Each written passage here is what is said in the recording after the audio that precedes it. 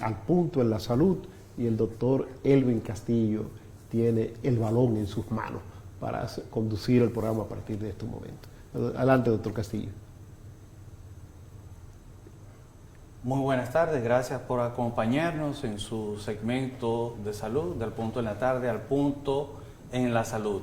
Como todos los viernes les traemos una entrevista de un especialista que nos va a hablar de un tema muy importante. El tema que vamos a tratar hoy es sobre las enfermedades del corazón que son tratadas mediante tratamiento quirúrgico. Contamos con la presencia de nuestro invitado, el doctor Julius Leiva, quien es cirujano cardiovascular del Heart Team de cirugía cardíaca de CEDIMAD.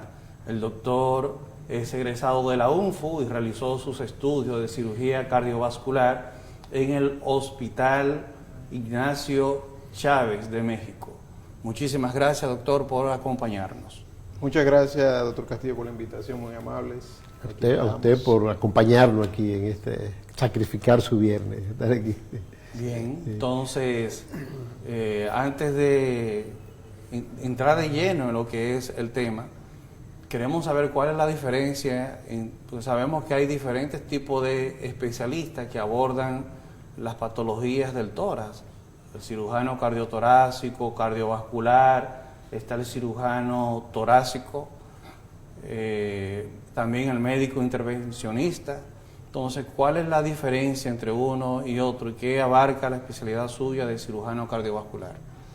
Bien, sí, esa pregunta es muy interesante porque muchas veces la población, los pacientes, están confundidos en cuanto a ir a un especialista u otro, qué tiene que hacer uno, qué tiene que hacer otro. Regularmente, o muchas veces, llega a mi consulta un paciente que va para una evaluación cardiovascular prequirúrgica. Sin embargo, ese paciente debe ir a un cardiólogo. Entonces, nosotros estamos sí muy relacionados con cardiología y todo lo que conlleva el corazón para el tratamiento quirúrgico, por supuesto. Hay otras evaluaciones que nosotros hacemos. Entonces, la diferencia de un cardiovascular con un cardiotorácico, un cirujano torácico, es que el cirujano cardiovascular se encarga de tratar todas las patologías del corazón como tal, que conllevan o que requieren algún tratamiento quirúrgico. El corazón, los vasos, la aorta, arterias periféricas y venas periféricas, las varices también. El cirujano torácico trata las patologías de los pulmones, los tumores intratorácicos y demás patologías que necesiten una cirugía a nivel de la caja torácica. El cardiólogo intervencionista, entonces, es el cardiólogo que se encarga de realizar los cateterismos para diagnosticar algún tipo de enfermedad coronaria o descartarlas. Bien. Básicamente, para que la población entienda, el cirujano cardiovascular es el que hace la cirugía de corazón abierto, la que comúnmente se le conoce como cirugía de corazón abierto. Exactamente, la mayoría de personas le llaman cirugía de corazón abierto, que abordar el corazón, que hay diferentes técnicas que ya son mínimamente invasivas, que no necesariamente tienen que abrir el esternón completamente, puede ser un abordaje a través de las costillas y incisiones un poco más pequeñas. Doctor, el auxilio del cirujano cardiovascular, ¿en qué se auxilia para hacer un diagnóstico preciso y conciso de dónde ir a buscar esa afección de ese órgano tan importante del cuerpo humano? Porque ahí no se puede inventar de que me equivoqué aquí ahora y todo. Bueno, no, era aquí que yo tenía que errar. No, espérate, que es aquí que me viene a ver. Se va a la anestesia sí. Y el paciente, pues, lamentablemente, deja de existir. Sí, así es. Regularmente, cirugía cardiovascular, el tratamiento del paciente es multidisciplinario o multidepartamental. ¿Qué significa esto? Que nosotros, en conjunto con los cardiólogos, en conjunto con los radiólogos, imagenólogos, realizamos lo siguiente: un buen ecocardiograma, que es lo que nos va a dar mucha evidencia y detalles del corazón, de las válvulas, de cómo se contrae el corazón. En eso nos apoyamos. En el caso de las enfermedades coronarias nos apoyamos en los cateterismos que realizan los cardiólogos intervencionistas para definir bien qué arterias del corazón están afectadas e ir directamente, en caso de que lo necesite, la cirugía directamente a colocar a esas arterias el bypass que necesita. Yeah. ¿Cuál es la logística que se requiere para abordar ese tipo de procedimiento tan complejo? Sí, realmente es bien complejo, como tú lo mencionas, y sí, la logística que requerimos para estos procedimientos, como dije, es un equipo completo. O sea, yo como cirujano cardiovascular solo no puedo operar un corazón. Necesito siempre un ayudante que sea otro cirujano cardiovascular o un cirujano general que esté adiestrado en la cirugía de corazón. También necesitamos, en los casos de que se necesite conectar una máquina que va a hacer la función de corazón y pulmón durante la cirugía, que se llama máquina de circulación extracorpórea. De esto se encargan los perfusionistas, que son los que van a hacer esa función durante el procedimiento completo de la cirugía. Estarán circulando la sangre del paciente, oxigenándola en esa máquina y volviéndola a transportar al paciente. ¿Cómo le llaman? Corazón artificial. Bueno, se podría decir que es un corazón artificial que sí. da el soporte a ese corazón o al cuerpo humano en lo que actuamos y trabajamos en el corazón del paciente. Okay. Bien, ese equipo que tú mencionas se extiende más allá del quirófano, o sea. Claro que sí. Es muy importante también que el anestesiólogo tenga entrenamiento específico, especializado en cirugía cardíaca o cardiovascular, porque son detalles importantes que van a dar soporte a la cirugía, al paciente, a nosotros, sentirnos confiados de que un anestesiólogo va a poder tener el control en todo momento de controlar la presión arterial del paciente, de bajarla, de subirla si es necesario, de la ventilación, de la oxigenación. Son muchos detalles que tomamos en cuenta durante la cirugía cardíaca. También va más allá, va a unidad de cuidados intensivos, que en intensivo debe haber también un personal calificado. Regularmente es un cardiólogo intensivista que se encarga de recibir el paciente, de darle el soporte, de darle los medicamentos, las drogas, aminas que necesita para poder dar el soporte necesario a ese corazón en caso de cirugía cardíaca de ese paciente para que pueda recuperarse y tener una mejor evolución. Doctor, yo quiero hacer una pregunta a usted, con el perdón del doctor Castillo, con relación a eso que usted ha hecho mención ahora mismo. Vemos los equipos, las salas de cuidados intensivos o de emergencia en los centros clínicos, en los principales centros clínicos del país, que en muchas ocasiones están al cuidado de médicos generales o muchachos estudiantes de medicina que están en pasantía. Entonces llega un paciente producto de un accidente automovilístico o de un problema cardiovascular a propósito. Sí. Y ahí hay que entonces buscar al especialista. ¿Usted no cree que es necesario que en esas salas de emergencia deba existir la presencia, si se quiere, permanente de un cirujano cardiovascular, un especialista en el corazón? En el caso para salvar vidas, porque sí, claro. justamente de eso se trata las emergencias. Claro que sí. En emergencia debe haber un protocolo especializado que en caso de llegar un paciente, como la mayoría de los que llegan con, por ejemplo, un infarto agudo al miocardio, ahí. La emergencia debe tener un protocolo que inmediatamente antes de los 90 minutos, o mejor aún antes de los 60 minutos, ese paciente llegando a la emergencia puede estar haciéndose su cateterismo a través del cardiólogo intervencionista que lo realiza, para resolver esta patología en caso de que tenga alguna oclusión que pueda ser tratada con algún stent, y si es necesario, entonces ya nos lo refieren a nosotros, los cirujanos cardiovasculares.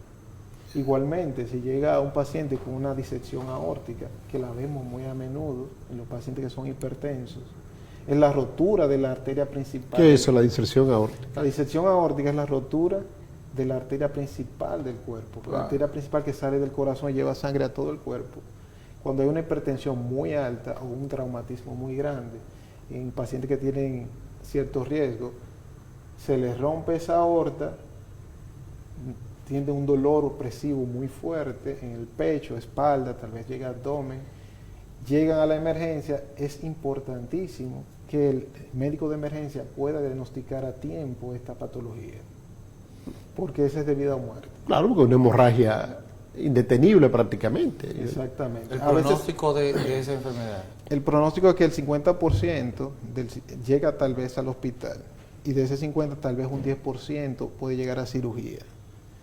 O sea que el 90-95% fallece antes de poder recibir un tratamiento. Entonces, gracias a Dios en nuestro país sí contamos con algunos centros que están especializados para esto, para poder dar un apoyo especializado en ese sentido y poder tratar esta patología y salvar vidas. Estamos hablando de una enfermedad muy letal. Sí, bastante. Y que afecta de una manera muy abrupta. Sí. En ese 5 o 10% que pueden someterse a un procedimiento quirúrgico para poder salvar vidas, ¿qué tipo de procedimiento estamos hablando para la reparación de este daño en la aorta? Bien. En la rotura de la aorta, o más que nada la disección aórtica, que es una rotura de parte de las capas de la aorta, pero está contenida por la capa externa, hace una doble luz, una falsa luz en la aorta, en la arteria, en el vaso. Necesita entonces una cirugía se llama venta libono regularmente. ¿En qué consiste esa cirugía? En sustituir la válvula aórtica y la aorta ascendente con una prótesis especial. Sellar esta aorta que está rota, repararla, suturarla, y por supuesto para este tipo de cirugía se requieren otros implementos. No es igual irse a un corazón que esté prácticamente sin ningún tipo de esta patología, sino solamente, por ejemplo, a reparar una válvula normal, válvula aórtica. Cirugía programada, como normal, decía. exacto, Sí. una cirugía electiva. En el caso de la cirugía de una disección aórtica, que es una emergencia, tenemos que ver hasta dónde llega esa disección. La canulación regularmente no sería como siempre. Canulación es conectar una cánula, la que va a la máquina que dijimos de circulación extracorpórea, en la aorta, ya no sería ahí porque está rota. Claro. Entonces sería en una arteria femoral, por ejemplo. Entonces conlleva un sinnúmero de estrategias para poder darle la posibilidad a este paciente que tiene vida en peligro de vida o muerte, poder sobrevivir. ¿Con qué regularidad se presentan este tipo de casos y en más o menos en qué edades son más frecuentes? Bien, estos casos es muy raro que se presenten, pero vamos a decir que tal vez uno por mes, porque regularmente llegan 2 o 3 juntas, pero se presentan 1 por mes y las edades van desde a mayor edad, mayor riesgo de disección. Sin embargo, se han presentado en pacientes jóvenes de 40, 50 años por el aumento de la presión arterial y el que no se la tratan a tiempo, no controlan eso. ¿Cuáles son los tipos de cirugía entonces más frecuentes que realiza un cirujano cardiovascular? La cirugía más frecuente del cirujano cardiovascular son las cirugías de revascularización coronaria, que son las enfermedades, cuando hay enfermedades cardíacas coronarias, las que dan el infarto agudo a miocardio. Entonces, esas arterias están tapadas y el cirujano tiene, cuando son más de 2 vasos afectados, ya pasa de ser de un tratamiento por hemodinamia, que es el cardiólogo intervencionista, pasa a cirugía cardíaca. Y es la colocación de bypass coronario para llevar sangre a esos vasos que están afectados. Para que la gente entienda, las arterias coronarias son las primeras arterias que salen del corazón y se encargan de irrigar, de llevarle sangre, nutrientes al corazón. La enfermedad coronaria es cuando esas arterias se tapan, entonces esa parte del corazón deja de recibir sangre y entonces se muere, que es lo que se conoce como infarto. Entonces, usted me dice que el bypass viene siendo como si fuera crear un puente. Exactamente. Para volver a llevar ese riego, a ese sanguíneo, a ese territorio del corazón que dejó de llegarle sangre. Así es. La enfermedad coronaria o la enfermedad cardiovascular por arteriopatía coronaria, la oclusión de las arterias, son una de las enfermedades mucho más frecuentes que se ven. Y es por el acúmulo de grasa, se van acumulando en las arterias, la van tapando. También los pacientes que son fumadores, el uso del tabaco, también afecta a esos vasos, esas arterias, y la van ocluyendo. En la medida que pasa el tiempo, también los pacientes que son diabéticos, por esa enfermedad, también afecta a estos vasos. A medida que pasa el tiempo, se van cerrando hasta que presentan un evento. un dolor opresivo, sensación de ahogamiento en la nuca, falta de aire. Entonces acuden a emergencias y si son verdaderamente estratificados, van a la unidad de hemodinamia para hacer un cateterismo. De ahí, o son resueltos por colocación de un stent cuando son un solo vaso, 2 vasos, pero cuando son más de 2 vasos o hay afección del tronco, que es una parte esencial en las arterias coronarias, que como quien dice, la vía principal, la primera que sale hacia el músculo cardíaco, de ahí se dividen las otras arterias, entonces ahí va a cirugía. O sea que el manejo inicial no es por el cirujano cardiovascular, sino que el paciente tiene que agotar un protocolo con medicamentos, con el procedimiento del médico intervencionista, o sea, el cateterismo. El cateterismo, exactamente. Y en caso de que eso falle, entonces se procede con la cirugía de corazón abierto, como le llama la gente, en este caso para reparar las arterias coronarias. Exactamente, así es. Bien, y hay formas de disminuir el riesgo de que el paciente pues tenga que ser sometido a un procedimiento de corazón abierto en estos casos de enfermedad coronaria, evitar que llegue incluso a la emergencia. ¿Se puede determinar el riesgo en estos pacientes? Bueno, teniendo una buena alimentación, haciendo ejercicio cardiovascular, corriendo, moviéndote, comiendo sano, más vegetales, más fruta, menos azúcar, menos grasa, menos pan, menos arroz, menos cerveza, va a disminuir el riesgo de cúmulo de esa grasa en esos vasos coronarios y así tienen menos riesgos. Controlando el azúcar en los pacientes diabéticos, la glicemia con un control adecuado, puede disminuir el riesgo de llegar a una oclusión arterial coronaria. ¿Y un paciente puede acudir al cirujano cardiovascular antes de presentar algún tipo de sintomatología o patología con fines de prevención?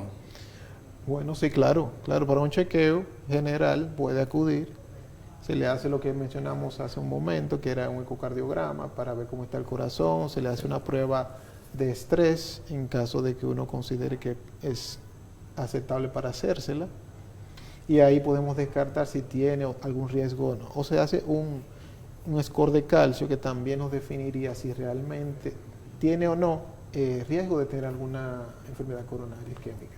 Doctor Leiva, hay una situación, a veces pues hemos escuchado hablar de trasplantes del corazón. Eso cuando se hace un trasplante, me imagino yo que no soy médico, es porque ya no coge más reparación, es cuando se hace, como cuando usted cambia el motor de su vehículo.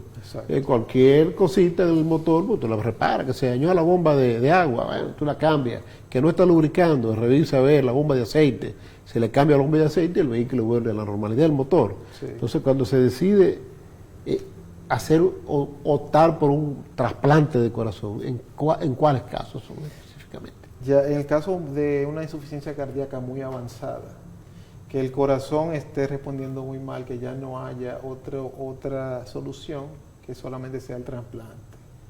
Significa cuando hay lesiones cardíacas, por ejemplo, un infarto muy grande en el corazón, muy amplio, que no tenga signo de reparación, que no se pueda revascularizar, que no tenga viabilidad. Que el bombeo sea muy débil. Sí, que no tenga viabilidad, aunque tú lo revascularices, no va a recuperarse ese corazón. Yeah. En insuficiencia cardíaca con una cardiopatía dilatada, por ejemplo, cuando los ventrículos dejan de bombear, como usted dice, dejan de bombear la sangre, entonces vemos que el corazón está fallando. Yeah. Sería un candidato, y claro, no tiene que tener otra patología, porque no puede tener cáncer, no puede tener neoplasias, porque ya no calificaría para un trasplante. Yeah. Aquí en República Dominicana contamos con la logística para realizar trasplante del corazón. No hay esa logística per se. Se han realizado trasplantes cardíacos en la Plaza de la Salud, creo que en Secanó una vez, pero el problema de esto es el tratamiento posquirúrgico, que es muy costoso, que es muy amplio y que los pacientes muchas veces no lo van a poder sostener ni llevar. Aquí entra un punto pues muy importante la parte económica entonces de ese tipo de cirugía. Eso quiere decir que además tal vez de no contar con la infraestructura y la logística, no se tiene con los recursos, otra vez el apoyo de las ARS para este tipo de patología. Me imagino que tiene que ser todo muy costoso, tanto la preparación prequirúrgica, la cirugía en sí y luego los tratamientos para mantener ese corazón, porque si no ocurre un rechazo. Exactamente. Yo creo que poco a poco se debe crear el protocolo en ese sentido, de una buena logística y también de incentivar a la gente que sea donante, porque aquí el dominicano no somos donantes de no nos gusta donar. Nosotros queremos ir al cielo, al otro mundo, con todos nuestros órganos puestos ahí. Ya. Para nada nos sirven después. Bueno, doctor, hay una situación. Yo quiero saber cuáles son los pasos que debe seguir una persona común y corriente para mantener un sistema cardiovascular lo más sano posible. Usted habló de los ejercicios hace un momentito, habló de la alimentación, pero no nos habló de algo importante, que aunque yo no sienta quizá una molestia supuestamente cardiovascular, ¿con qué regularidad debe una persona común y corriente y después de qué edad a chequearse su sistema circulatorio? Sí. Porque cuando viene a ver hay algo oculto ahí que usted no ha sentido molestia y que cuando viene a ver la molestia es porque tiene un infarto. Vamos a ver. Cada vez son más jóvenes los pacientes que nos llegan con infarto a miocardio, tal vez por el sistema de vida, la alimentación, el sedentarismo. La juca, los vicios también. Todo eso conlleva y engloba y lleva más a la enfermedad coronaria y cardiovascular en sentido general.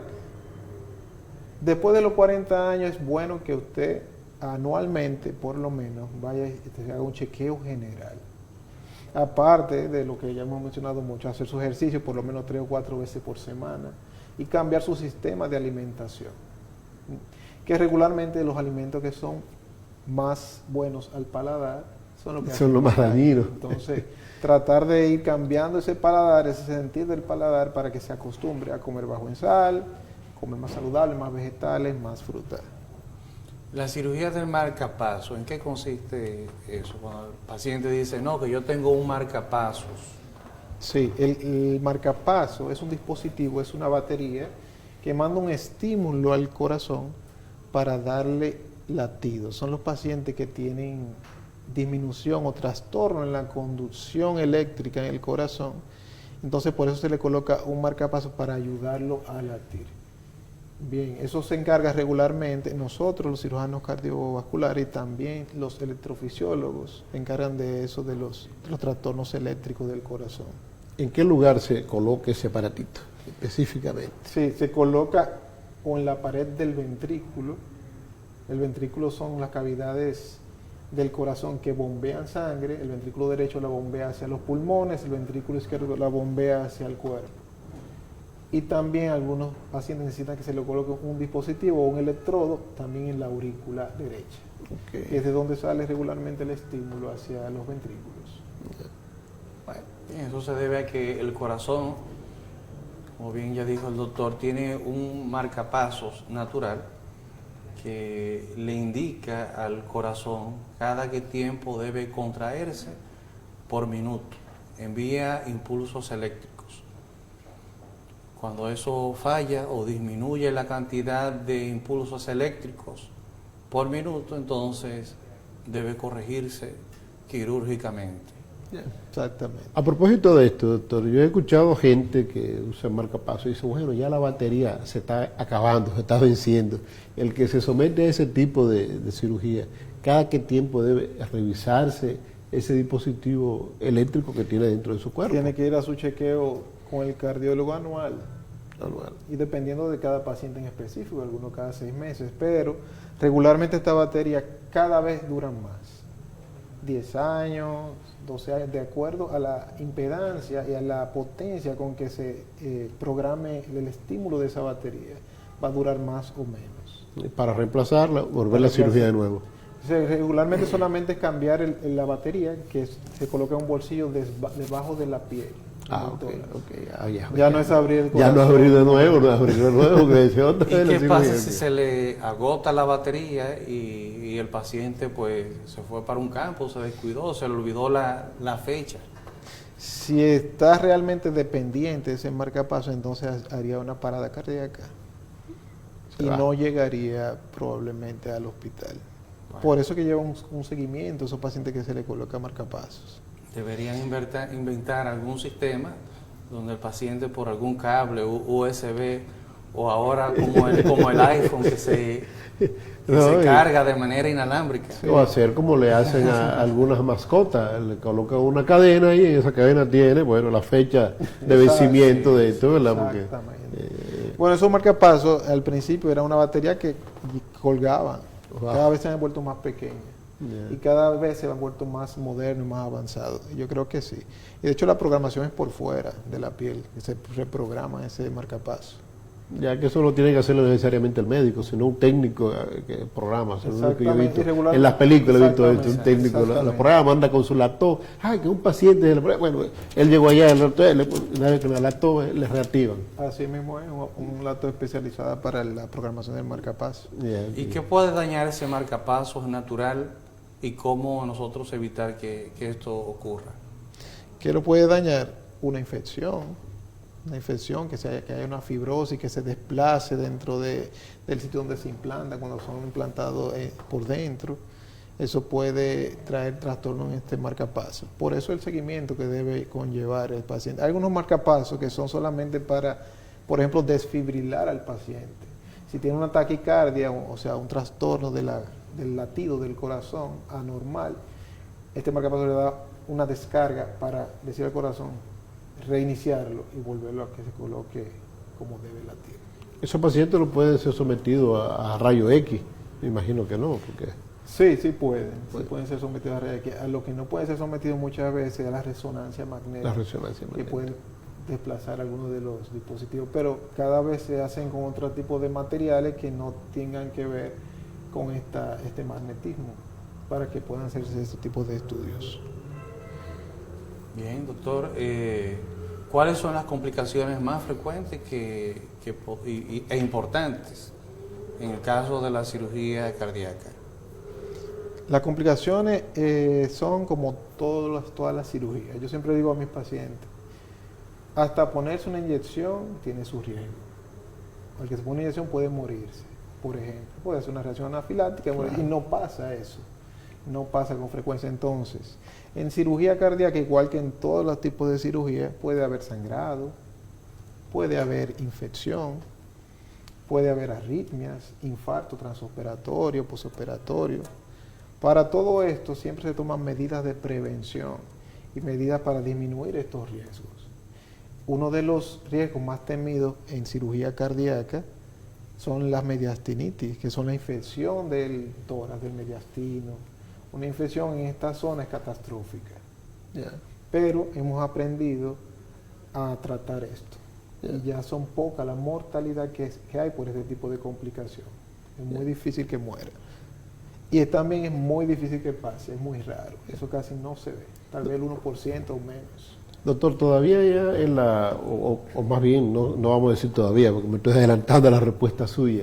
¿Existe un método como en otro sistema para hacer cirugías ya menos invasivos? Porque anteriormente veíamos que el que operaban del corazón le hacían el esternón ahí, una costilla, y vemos que ya ahora quizá esa cirugía, esa cicatriz se está disminuyendo, ya se aplica un método menos invasivo que el que se sabe en el pasado. Sí, hay técnicas menos invasivas para algunos tipos de cirugía, que se hace por toracostomía aquí debajo, a través de las arterias se coloca una válvula, la válvula que se llama la TAVI, que es implantada a través de la arteria y se relaja ahí a nivel de la válvula aórtica. Eso, cada vez se están disminuyendo las heridas, porque el paciente lo que ve al final es la herida, se quedó más chiquita, eso fue bien operado, aunque lo de adentro esté perfecto o mal, por ejemplo. Pero por eso se han tomado esas medidas. Disminuir, también se utilizan robots, que aquí no lo hay todavía, Todavía aquí no para hay. operar corazones. Y mientras menos invasivo, entonces menos riesgo de complicaciones y una recuperación también Más rápida. Más rápida. Y, Exacto. y también el paciente supongo que duraría menor tiempo en una unidad de cuidado intensivo. Sí, efectivamente. Mientras menos invasivo, al no abrir el esternón, hay menos riesgo de sangrado, el paciente se recupera más rápido, dura menos en intensivo, tal vez un día, se va a la habitación y probablemente a los 3 días esté en su casa. ¿Cuál es el cuidado del paciente? Pues ya sabemos que luego de una cirugía de esa magnitud va para una unidad de cuidados intensivos. Luego probablemente pase a la sala común y finalmente ya de alta para la casa. En la casa, ¿cuáles medidas debe tomar el paciente? ¿Cuáles son las recomendaciones que ustedes le dan? ¿Qué tipo de medicamentos tiene que llevar ese paciente para evitar complicaciones? Sí, regularmente los pacientes hacemos mucho énfasis en cuidar su esternón, cuando el abordaje es por aquí, por el esternón. Ya. No apoyarse, no hacer fuerzas, no cargar nada pesado, al levantarse, al acostarse, utilizar ayuda de alguien que venga y lo levante, por lo menos las primeras 5 o 6 semanas, para que ese hueso selle bien y no se le abra. También siempre llevar un control adecuado de la presión arterial, se le dan medicamentos para controlar la presión, se le dan antiagregantes o anticoagulantes cuando lo necesitan, en la mayor parte de los casos. Y siempre el paciente viene a la semana de haber estado de alta, a los 15 días, al mes, a los 3 meses, a los 6, así se va expandiendo el plazo de visita, de seguimiento. Ya. Bueno, vamos a una pausa brevísima y regresamos ya de inmediato con la parte final de este conversatorio con el doctor Leiva, cirujano cardiovascular. Estamos hablando de algo sumamente delicado, que es la cirugía cardiovascular. Regresamos en breve con más de Al Punto de la Tarde.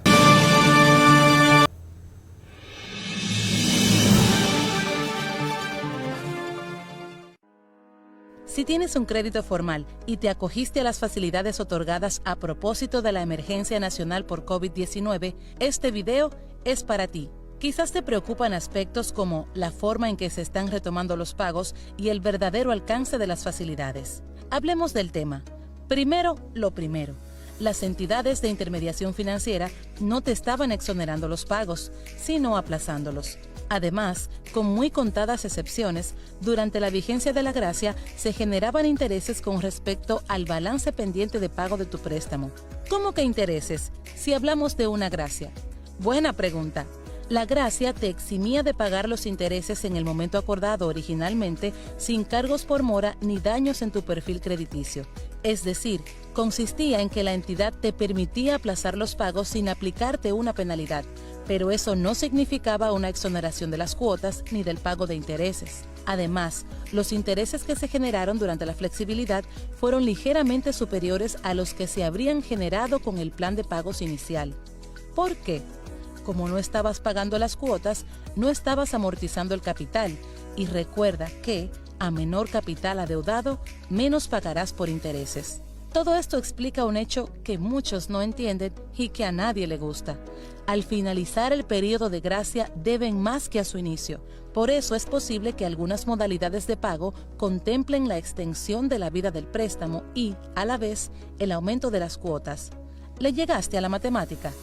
Esta es solo una de las modalidades que están implementando las entidades de intermediación financiera para el cobro de las cuotas aplazadas por la situación de emergencia, pero hay muchas otras. Tu entidad está en la obligación de explicarte las opciones que tienes de manera oportuna y clara.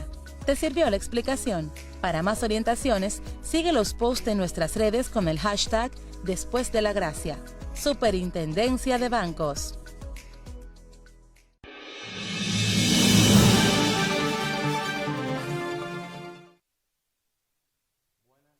Continuamos con el segmento Al Punto en la Salud. Estamos entrevistando al doctor Julius Leiva, quien es cirujano cardiovascular, y estamos tratando el tema de enfermedades cardíacas que son tratadas mediante cirugía. Bien, doctor, estábamos hablando antes de la pausa de de lo complejo que son algunos de estos procedimientos y el riesgo que esto conlleva. Muchos familiares, cuando están en la sala de espera y están sometiendo a su familiar a un procedimiento de corazón abierto, como le conoce generalmente, están en la expectativa de si está vivo o va a salir con un resultado desfavorable, o sea, si puede fallecer. ¿Qué tan descierto es esto? ¿Realmente el riesgo de mortalidad intraoperatoria es tan alto en este tipo de procedimientos? Bien, el riesgo de mortalidad a nivel mundial y de la ACC, de lo que se espera, es un 6%. Sin embargo, gracias a Dios nosotros tenemos un 3, 2, 1%. Es muy difícil que ocurra un fallecimiento en la cirugía cardíaca. Yeah. Eso tiene que ver mucho con el engranaje, el protocolo, los esquemas que se llevan a cabo para poder operar a un paciente de una forma segura. Yeah. Eso quiere decir que con el tiempo la medicina y la tecnología pues ha ido avanzando y en mejoría. En cirugías que no son de emergencia. Okay. Porque hablamos ahorita de la disección aórtica, que es una emergencia diferente. Parece ser que la clave está después. Sí.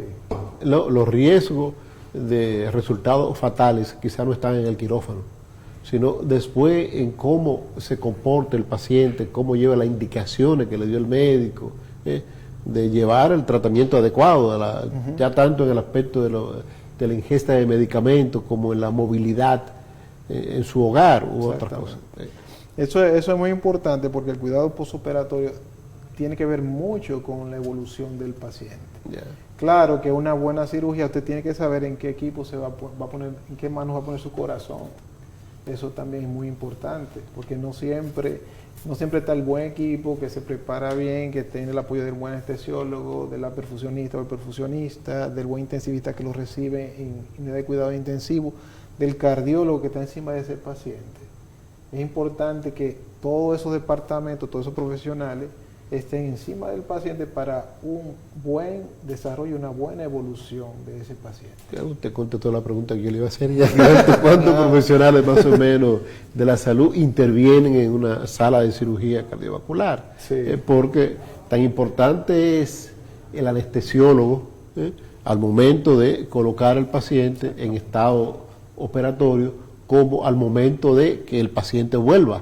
Porque el anestesiólogo es la clave ahí, diría yo, porque si el anestesiólogo no te duerme el paciente, no se puede. No puede trabajar el cirujano, sí, no puede. Pero también el anestesiólogo tiene que buscar la fórmula, justamente inyectar la cantidad de fármaco correspondiente para lograr que el paciente vuelva después de concluir las labores del equipo médico que trabaja. ¿Y cuántos son los profesionales de la medicina que trabajan en esto? Por lo menos 2 cirujanos cardiovasculares, al menos, y un ayudante o un ayudante, son 3, el cardiólogo del paciente, el anestesiólogo, el perfusionista, que también tiene algún ayudante siempre, o otro perfusionista, y los intensivistas. Eso es muy importante. También el papel de la instrumentista, de la circulante, que son las enfermeras que están ahí pendientes de pasar al momento adecuado y rápidamente, porque también tiene que ver el tiempo. El tiempo es ideal o no en cada paciente para poder desarrollar una buena cirugía. Okay.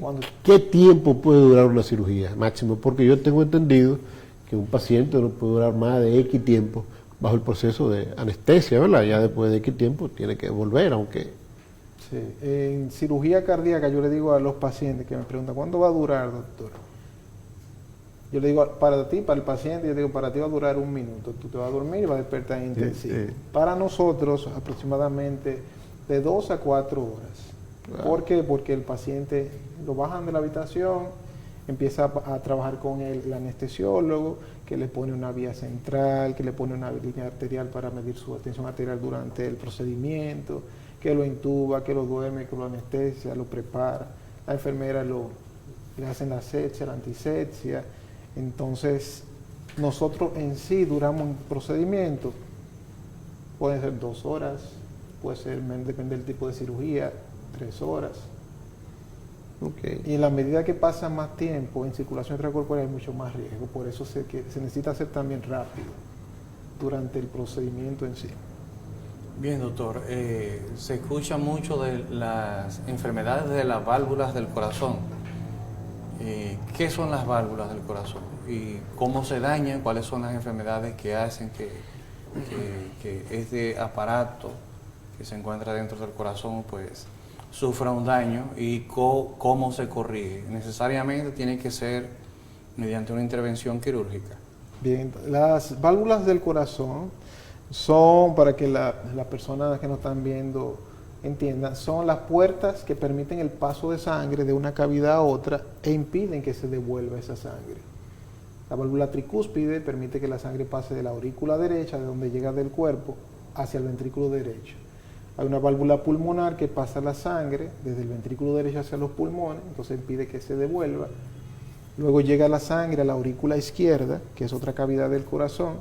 De ahí pasa a través de la válvula mitral hacia el ventrículo izquierdo, y entonces cuando este se contrae, esta válvula mitral se cierra y la sangre pasa a través de la válvula aórtica hacia el cuerpo. Entonces, estas válvulas son muy importantes porque si hay algún daño, alguna enfermedad o está funcionando mal, entonces el paciente va a empezar a sentirse mal. No va a poder caminar, no va a poder hacer ejercicio, se va a sofocar, va a sentir falta de aire, se sofoca, mareo, síncope. ¿Qué enfermedades la dañan? La fiebre reumática es una de las enfermedades que en nuestros países tercermundistas dañan la válvula, sobre todo la válvula mitral, por el proceso infeccioso, inflamatorio. La va degenerando y puede provocar una estenosis mitral, que es que esa válvula se cierra y no permite el paso adecuado de la sangre, solamente pasa menos de la requerida por el cuerpo. La fiebre reumática, para que la gente entienda, es una complicación de una simple amigdalitis aguda que se va cronificando y esos anticuerpos pues se van depositando a nivel de las válvulas cardíacas y en otros órganos y los va dañando. Algo tan sencillo como eso como una infección de las amígdalas, una amigdalitis puede dañar el corazón, no solamente el corazón, también otros órganos. Algo que se puede corregir con antibióticos. Ya, así es. Doctor, un niño que nace debe ser evaluado su sistema cardiovascular para ver, porque hemos escuchado de personas que vienen, niños que nacen con problemas congénitos y que tienen que ser sometidos a cirugía cardiovascular recién nacidos. Así es. Regularmente los niños que nacen con alguna patología cardíaca van a dar signos de que están enfermos del corazón o de que tienen algo. Muchas veces lo que provocan o proyectan en sí es una cianosis. El niño se ve morado, se ve que no está respirando bien. El pediatra, el neonatólogo que lo recibe, regularmente se da cuenta de esto y lo refiere al cirujano cardiovascular congénito para ser evaluado, o al cardiólogo pediátrico para ser evaluado a ver si necesita algún tratamiento quirúrgico. Okay. O sea que ese tipo de casos en niños pues recién nacidos, se tiene otro tipo de especialista para tratar esta patología. Así es. Es el cardiólogo pediatra el que lo trata, y si necesita cirugía sería un congenitólogo, un cirujano cardiovascular. Congenitólogo. De congénito, exactamente. ¿Hay especialistas aquí de eso en el país? Hay especialistas sí, en el país. Porque oigo que a veces, bueno, el desaparecido ya Freddy Veragoico, cada cierto tiempo organizaba excursiones a Estados Unidos de niños con problemas congénitos a través de Corazones Unidos. Sí. Y todos los años llevaban una cantidad importante de niños a hacerse intervenidos fuera del país de problemas congénitos, porque aquí no había. Sí, aquí ahora tenemos un servicio en el Roberto Cabral y también en Sedimar, tenemos cirujanos cardiovasculares congénitos. De hecho, tenemos ahí la fundación de David Ortiz. Ah, sí, vi ayer un periplo que hizo por Sedimar. Sí, que recientemente inauguraron una sala de hemodinamia pediátrica. Y sí, ahí se operan muchos niños aquí en el país y se resuelven muchos problemas con menos recursos ni sin necesidad de mandarlo fuera. Ya, no hay que gastar los $20,000 allá en Estados Unidos. Exactamente. Bien, doctor, Ya casi para finalizar, algunos hábitos. Están los mitos de que pueden mejorar la función del corazón, como el alcohol. Algunas personas tienen la convicción de que su traguito de vino, el vino le hace bien al corazón, a la presión, o que el café mantiene tu corazón con una buena frecuencia. ¿Qué de cierto hay en estos hábitos? Bueno, los estudios han demostrado que sí, bueno, una copita de vino, no una botella. No una botella. Después de la comida puede ayudar al sistema cardiovascular, al corazón. El café puede alterar los latidos del corazón si se toman con mucha frecuencia. El café es un estimulante que te mantiene activo, te mantiene despierto, pero si tú sobrepasas el límite de eso, puede traerte alteraciones al ritmo cardíaco. Doctor, las bebidas energizantes que se han popularizado mucho aquí en el país, he escuchado gente que supuestamente ha muerto por la ingesta de esta bebida energizante combinada con alcohol. ¿Cuál es su parecer al respecto? Efectivamente, por el alto contenido de cafeína y otras sustancias, esas bebidas pueden provocar problemas al corazón, puede provocar alteraciones en los latidos del corazón y puede provocar la muerte. Si se sobrepasa, por supuesto. La venden en las esquinas. Sí. Yo estoy como decaído hoy, se tiran una bebida energizante y ahí quizá se tiran otra y ahí viene el problema. Exactamente. Yeah. El ejercicio y los deportes sabemos que disminuyen el riesgo de enfermedades cardiovasculares, pero hemos visto excepciones de deportistas o atletas que mueren de manera súbita. O sea, ¿qué pasó aquí? ¿Por qué no se aplica esa regla general de que el ejercicio pues mejora la salud del corazón y de la circulación? Estos atletas regularmente han tenido un ejercicio continuo, extremo. Es un músculo, el corazón es un músculo que también se entrena. Y al hacer tanto ejercicio, muchas veces estos deportistas crean una hipertrofia del músculo cardíaco y puede provocarse una muerte súbita en algunos deportistas por también la alta demanda, regularmente los futbolistas, que corren mucho y vienen, alta demanda sanguínea, aumenta el latido cardíaco y tal vez la hipertrofia cardíaca, y ahí ocurre el desenlace fatal. Hipertrofia es lo que la gente llama el corazón que se le puso grande, un agrandamiento del corazón. Bueno, vamos a dejar al doctor Castillo que despida. Nos acabó el tiempo, lamentablemente, tal vez en otra entrega podamos continuar abundando más. Darle las gracias al doctor Julius Leiva, cirujano cardiovascular de Heart Team de Sedimá, por acompañarnos en esta tarde, este viernes, y gracias también a nuestro compañero Ramón García por cedernos este espacio aquí los viernes para compartir con ustedes temas relevantes a la salud. Muchas gracias, nos vemos la próxima semana.